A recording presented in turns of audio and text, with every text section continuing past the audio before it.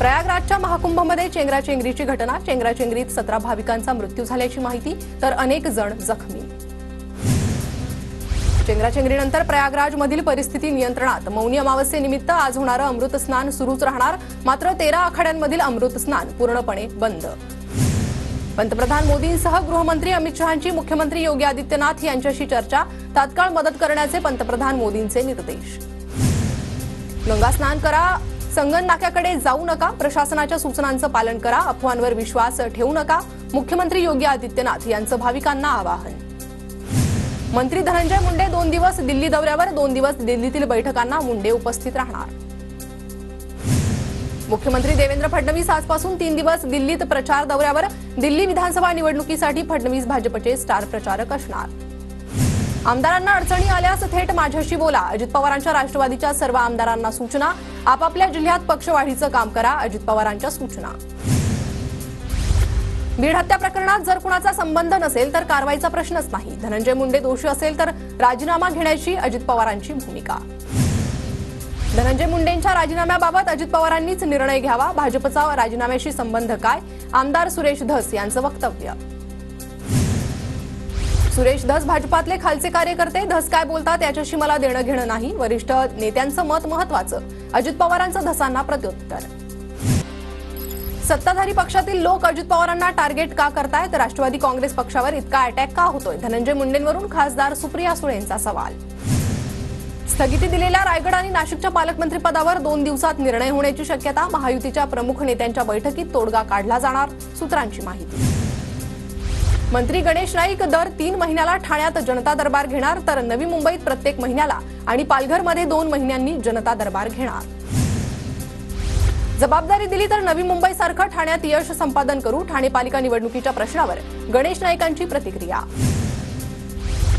सरकारी योजनांमध्ये लोकांचा गैरप्रकार, आशिष जयस्वालांकडून पीक विमा आणि लाडकी बहीण योजनेचं उदाहरण, सरकार उचित निर्णय घेईल, राज्यमंत्री आशिष जयस्वाल यांची माहिती. मनोज जरांगेंच्या उपोषणाचा आज 5वा दिवस, जरांगेंची प्रकृती काहीशी खालावली, रात्री उशिरा उपचार घेतल्याची माहिती. अंजली दमानिया आणि संदीप क्षीरसागर चिल्लर व्यक्ती, धनंजय मुंडेंना खाली खेचणं हा दमानिया क्षीरसागरांचा अजेंडा, दमानियांनी अजित पवारांऐवजी कोर्टासमोर पुरावे द्यावेत, लक्ष्मण हाकेंचं दमानियांना आव्हान. माढ्यात 2-4 आका आहेत, मात्र माढ्याची परळी अजिबात होऊ देणार नाही, आकाचे आका शोधावे लागणार, अभिजित पाटलांची प्रतिक्रिया. मुंबईत लाडकी बहीण योजनेच्या लाभाची पडताळणी होणार, सूत्रांची माहिती. योजनांचा लाभ घेताना आढळल्यास तो रद्द करण्यात येणार, महसूल विभागाकडून लाभार्थ्यांची पडताळणी सुरू. बांगलादेशी रोहिंग्यांनी जन्म प्रमाणपत्र मिळवण्यासाठी जे अर्ज केलेत त्या कटाचा बेस मालेगाव, मराठवाडा आणि विदर्भातील शहरांना लक्ष केलं, भाजप नेते किरीट सोमय्यांचा आरोप. नागपूर जिल्हा ग्रामीण काँग्रेसमधील गटबाजी चव्हाट्यावर, काँग्रेसच्या बैठकीसाठी जिल्हाध्यक्ष बाबा आष्टणकरांना निमंत्रण नाही. काँग्रेस नेते सुनील केदार आणि खासदार श्यामकुमार बर्वेंनी बोलावली होती बैठक, तर राजेंद्र मुळकांचं पक्षातून निलंबन असतानाही त्यांना निमंत्रण, बाबा आष्टणकरांकडून नाराजी व्यक्त. मिरकडवाडा बंदरात अनधिकृत बांधकामावरती बुलडोझर कारवाई, धडक कारवाईनंतर रत्नागिरीतील नितेश राणेंच्या समर्थनार्थ बॅनरबाजी. मुंबईत मध्य रेल्वेवरील कर्णाक उड्डाण पुलाच्या कामानिमित्त सीएसएमटी ते मस्जिद दरम्यान ब्लॉकची मालिका सुरूच, आज विशेष आपत्कालीन ब्लॉकचा प्रवाशांना फटका. ठाणे शहर माघी गणेशोत्सवासाठी सज्ज, जिल्ह्यात यंदा माघी गणेशोत्सवासाठी 2419 गणेश मूर्तींची 1 तारखेला प्रतिष्ठापना होणार. अटल सेतूवरील टोल सवलतीला मुदतवाढ, आणखी वर्षभर 250 रुपयेच पथकर आकारण्यात येणार, मंत्रिमंडळाच्या बैठकीत निर्णय. टोरेस आर्थिक फसवणूक प्रकरण, आर्थिक गुन्हे शाखेकडून युक्रेनच्या नागरिकाला अटक, आर्मेन गरून अटाईन असं अटकेतील आरोपीचं नाव, या प्रकरणी सुमारे 9700 गुंतवणूकदारांनी केली आहे तक्रार. नवी मुंबई कृषी उत्पन्न बाजार समितीत हिरव्या मिरचीची दरवाढ, मागणी वाढल्यानं दरात प्रतिकिलो 30 रुपयांनी वाढ. जड वाहतुकीवर बंदी असताना डंपर आलाच कसा, पुण्यात 24 जानेवारीला अपघातात प्रांजली यादवचा मृत्यू प्रकरणी कुटुंबियांचा सवाल, मुलीला न्याय मिळवून देण्यासाठी आत्मदहनाचाही पर्याय अवलंबण्याचा कुटुंबियांचा इशारा. म्हाडाच्या पुणे मंडळातील 3362 सदनिकांसाठी आज सोडत.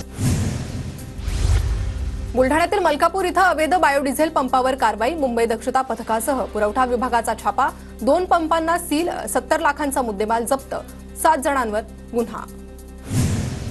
जीबीएस आजाराच्या पार्श्वभूमीवर सोलापूर पालिका अलर्ट मोडवर. वैद्यकीय सल्ल्याशिवाय कोणतेही औषधोपचार न घेण्याचं पालिकेचं आवाहन. नागरिकांनी घाबरून न जाता सतर्क राहण्याचंही आवाहन. नाशिकच्या रामकुंड परिसरात मौनी अमावस्येनिमित्त भाविकांची गर्दी. हजारो भाविक गोदा स्नानासाठी रामकुंडावर दाखल. सिद्धेश्वर प्राथमिक आरोग्य केंद्रात बाह्य रुग्णालय सुरू होणार. हिंगोलीत आरोग्य विभागाकडून TV9 मराठीच्या बातमीची दखल. 2 ते 3 दिवसात बाह्य रुग्णालय सुरू करून सेवा देण्याच्या सूचना. 5000 लघु उद्योजकांना नोटीस. पिंपरी चिंचवड पालिकेची कारवाई. अनधिकृत बांधकाम काढण्यासाठी 15 दिवसांची मुदत, तर लघु उद्योजक संघटनेचा कारवाईला विरोध.